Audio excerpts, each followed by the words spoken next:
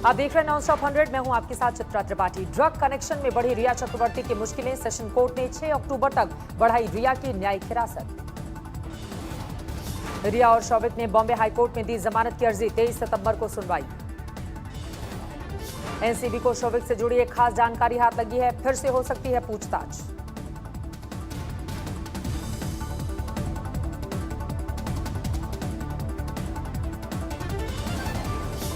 सुशांत की विस्तार रिपोर्ट के खुलासे का करना होगा और इंतजार। एम्स के डॉक्टर्स की सीबीआई के साथ होने वाली बैठक फिर टली। सूत्रों के मुताबिक सीएफएसएल की जांच पूरी नहीं। एम्स की डॉक्टर्स की बैठक आज होने की उम्मीद। ड्रग मामले में सामने आया दीपिका पादुकोण का नाम। एनसीबी पूछताछ के लिए कर सकती है तलब। आने वाले कुछ दिनों में समन भेज सकती है एनसीबी। बॉलीवुड ड्रग सिंडिकेट से जुड़े पैडलर्स पर है नजर।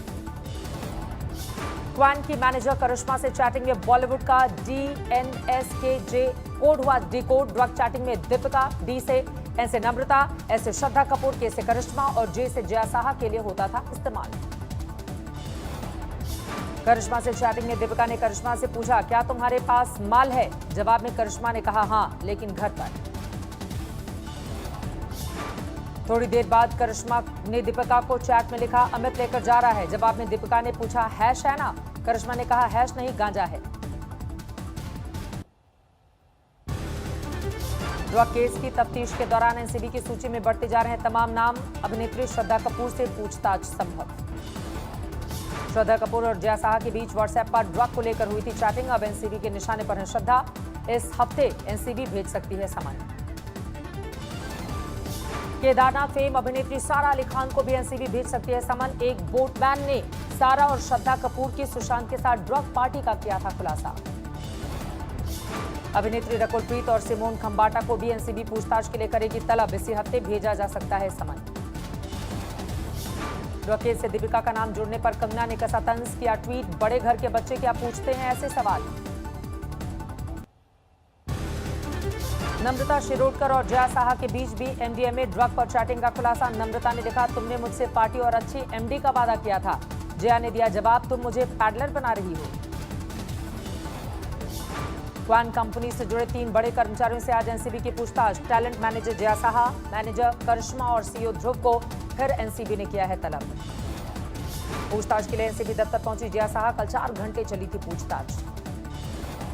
एनसीबी सुशांत की पूर्व मैनेजर श्रुति मोदी को फिर से आज पूछताछ के लिए उसने बुलाया। ड्रग डीलिंग से जुड़े मामलों पर सवाल जवाब। बॉलीवुड प्रोड्यूसर और क्वान के 4 डायरेक्टर में से एक मधु मंटीना से भी एनसीबी करेगी पूछताछ। जल्द भेजा जाएगा समन। अभिनेत्री पायल घोष अनुराग कश्यप पर नहीं दर्ज करा सकेंगे एफआईआर। यौन शोषण की शिकायत नहीं करा सकती हैं वो। एफआईआर यौन शोषण की शिकायत दर्ज कराने मुंबई के ओशिवारा थाने पहुंची थी पायल घोष, लेकिन नहीं दर्ज हो सकी एफआईआर। निर्देशक अनुराग कश्यप के खिलाफ यौन शोषण की एफआईआर दर्ज कराने के लिए पायल करीब 2 घंटे ओशिवारा थाने में बैठी रही। बिना शिकायत दर्ज कराए ही बाहर निकल गई। ओशिवारा थाने में कोई महिला पुलिस ऑफिसर नहीं थी, लिहाजा नहीं दर्ज करा सकी पायल घोष अपनी शिकायत। पायल घोष के वकील के मुताबिक अनुराग कश्यप के खिलाफ अब आज एफआईआर दर्ज कराएंगी पायल। मामला वर्सोवा पुलिस स्टेशन से जुड़ा हुआ है। ओशिवारा में दर्ज हो सकती है 0 एफआईआर। होता है वहीं पर एक कानूनी कार्रवाई होनी चाहिए, ये हम भी जानते हैं। तो अगर नियरेस्ट पुलिस स्टेशन यहाँ पर आके अगर लेते हैं तो अच्छी बात है, और वहाँ पर भी तो भी हमको कोई दिक्कत नहीं। कल हम एफआईआर करेंगे उसका। अनुराग कश्यप के खिलाफ राष्ट्रीय महिला आयोग में भी शिकायत करेंगी पायल। मामले को स्वतः संज्ञान लेते हुए एनसीडब्ल्यू अध्यक्ष रेखा शर्मा ने पायल से मांगी है पूरी जानकारी। पायल घोष के मुताबिक निर्देशक अनुराग कश्यप ने फिल्म बॉम्बे वेलवेट में रोल देने के लिए यौन शोषण का बनाया था दबाव।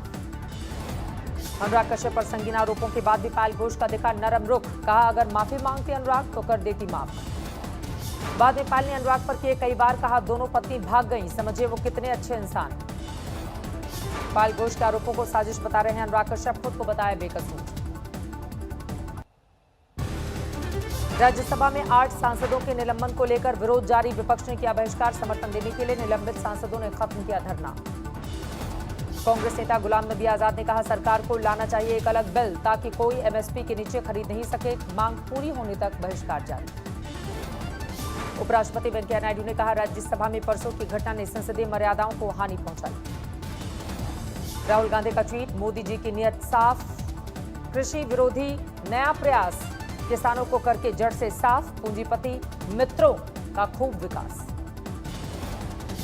संसद में हुए हंगामे पर रामगोपाल यादव ने कहा, संसदीय कार्य मंत्री से चूक हुई, कर सकते थे विपक्ष से बात, मैं सबकी तरफ से माफी मांगने को तैयार, लेकिन नहीं सुनी गई।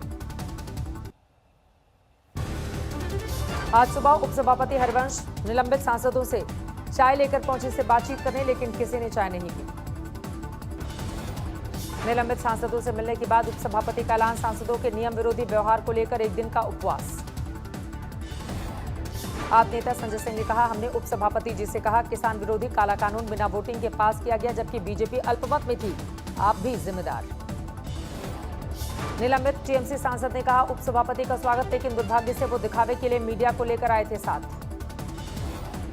पीएम मोदी ने सांसदों से उपसभापति की मुलाकात को संसदीय आचरण की मिसाल बताया, अपमानित करने वालों को घर से लाकर उन्होंने चाय पिलाई। टीएमसी नेता डेरेक ओब्रायन ने कहा, आप निलंबित कर सकते हैं, चुप नहीं करा सकते। कांग्रेस नेता शशि थरूर का सवाल, मजदूर किसान पर कोई डेटा नहीं, कोविड और जीडीपी पर संदिग्ध आंकड़े। आप नेता मनीष सिसोदिया का ट्वीट, अंग्रेज हुकूमत ऐसे ही चलाते थे, पहले जुर्म करते थे और जब गांधी जी या अन्य नेता मिलते थे तो चाय पिलाते थे। अमृतसर में किसानों का प्रदर्शन, कृषि बिल का विरोध।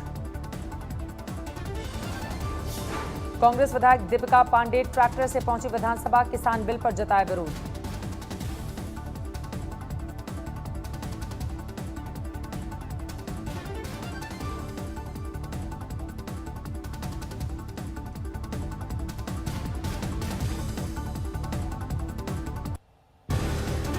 संसदीय कार्य मंत्री प्रहलाद जोशी ने कहा, जिन सांसदों को सस्पेंड किया गया वो अपनी गलती के माफी मांगने के लिए भी तैयार नहीं।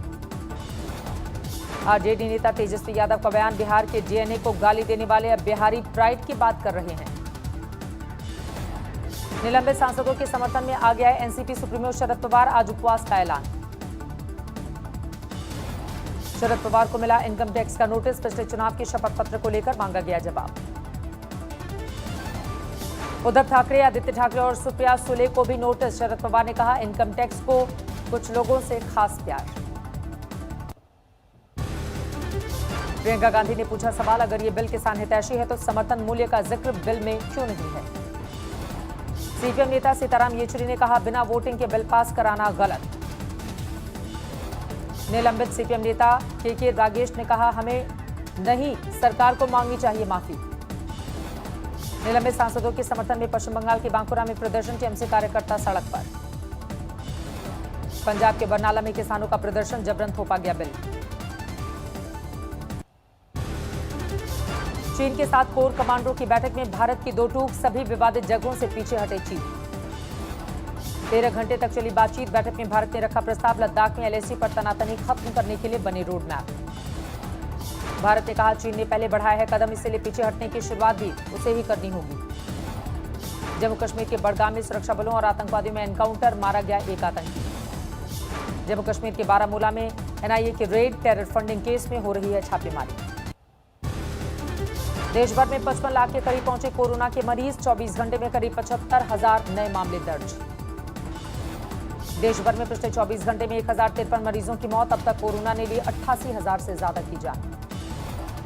महाराष्ट्र में नहीं थम रहा कोरोना का कहर, 24 घंटे में 20,000 से ज्यादा नए मामले, 12,08,000 के पार पहुंचा कुल आंकड़ा। यूपी में पिछले 24 घंटे में 5,000 से ज्यादा नए मामले, 3,54,000 के पार पहुंचा कुल मरीजों का आंकड़ा। कोरोना संकट की वजह से लखनऊ में इस बार नहीं होगी रामलीला, 500 साल पुरानी बताई जा रही परंपरा पर कोरोना का अंकुश। यूपी में बनने वाली फिल्म सिटी को लेकर एक्शन में सीएम योगी, फिल्म जगत के दिग्गज कलाकारों से मुलाकात की।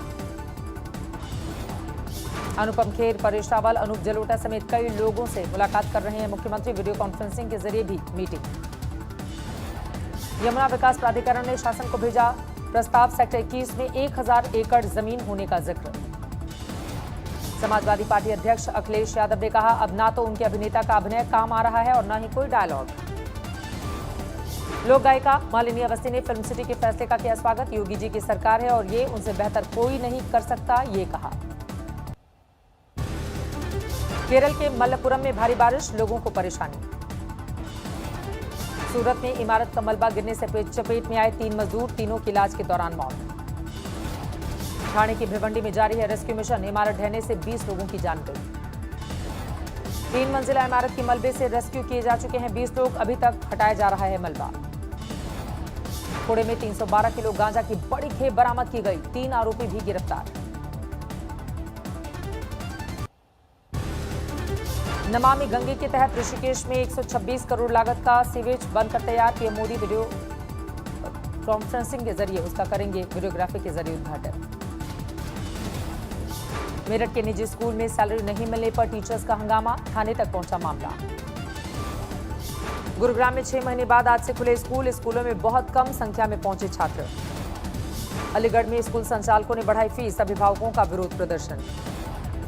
प्रयागराज में ऑर्केस्ट्रा कलाकारों ने संगीत की धुन बजाकर जताया विरोध, सरकार से कारोबार खोले जाने की मांग की। यूपी बीजेपी अध्यक्ष स्वतंत्र देव सिंह का समाजवादी पार्टी पर वार, बताया वंशवादी। बस्ती में समाजवादी पार्टी ने बैलगाड़ी पर सवार होकर किया सरकार के खिलाफ प्रदर्शन, बताया किसान विरोधी, राज्यपाल को भेजा 19 सूत्रीय ज्ञापन। लखनऊ में दर्जा प्राप्त मंत्री राजेश्वर ईश्वर सिंह ने हत्या की धमकी मिलने का लगाया आरोप, सहायक भंडारण अधिकारी के खिलाफ दर्ज कराया केस। लखनऊ पुलिस ने बाहुबली अतीक अहमद को लिया हिरासत में, 5 लाख रुपए रंगदारी मांगने के आरोप में पूछताछ की। मेरठ में 12 साल की मासूम से दरिंदगी, अस्पताल में भर्ती है मासूम, पुलिस के मुताबिक पहले घर वालों ने इसे सड़क हादसे का मामला बताया था। इंदौर में पुलिस के हत्थे चढ़े 2 शातिर बदमाश, एटीएम कार्ड कर लूट की वारदात को देते थे अंजाम। छिंदवाड़ा में एसडीएम के चेहरे पर काले पोतने वाले कांग्रेसी नेता बंटी पटेल गिरफ्तार, राष्ट्रीय सुरक्षा अधिनियम के तहत कार्रवाई। मोतिहारी पुलिस को मिली बड़ी कामयाबी, करीब 27 किलो चरस के साथ 2 तस्कर गिरफ्तार। धौलपुर में पकड़ा गया 14 साल से फरार मध्य प्रदेश का इनामी बदमाश, कई मामलों में वांछित बदमाश पर 8000 का था इनाम। सूरत में कपड़ा और हीरा व्यापारी से जुड़े 2 लोग निकले बाइक चोर, आरोपियों के पास से चोरी की 24 बाइक जब्त। दुबई में खेले जा रहे आईपीएल के तीसरे मैच में आरसीबी ने मारी बाजी, सनराइजर्स हैदराबाद को 10 रन से शिकस्त। हैदराबाद ने टॉस जीतकर बेंगलुरु को पहले बल्लेबाजी का दिया था न्योता, आरसीबी ने 20 ओवर में 5 विकेट खोकर बनाए 163 रन। ओपनर देवदत्त ने सबसे ज्यादा 56 रन बनाए, 42 गेंदों में जड़े 8 चौके। डिविलियर्स ने 30 गेंदों में 51 रन की धुआंधार पारी खेली, 4 चौके और 2 छक्के जड़े। आरसीबी की ओर से फिंच ने बनाए 29 रन, 1 चौका 2 छक्का जड़ा। लक्ष्य का पीछा करने उतरी हैदराबाद की टीम, 2 गेंद शेष रहते हुए ऑल आउट, सिर्फ 153 रन ही बना पाई। ब्रिस्टोव ने 43 गेंदों पर बनाए 61 रन, 6 चौके 2 छक्के जड़े। मयंक पांडे ने बनाए 34 रन, आरसीबी की धारदार गेंदबाजी के आगे हैदराबाद के 8 बल्लेबाज दहाई कांगड़ा नहीं छू पाई। आरसीबी के फिरकी गेंदबाज चहल ने 4 ओवर में 18 रन देकर 3 विकेट झटके, बने man of the match. IPL के चौथे मुकाबले में आज चेन्नई सुपर किंग्स और राजस्थान रॉयल की टक्कर, शाम 7:30 बजे से होगा मैच। अपना पहला मुकाबला जीत चुकी है चेन्नई। नमस्कार, मैं हूं अंजना ओम कश्यप। हमें उम्मीद है ये वीडियो आपको पसंद आया होगा। लेटेस्ट खबरों के लिए यूं ही देखते रहिए आज तक, और इस वीडियो के पसंद आने पर लाइक, शेयर एंड सब्सक्राइब करना ना भूलें।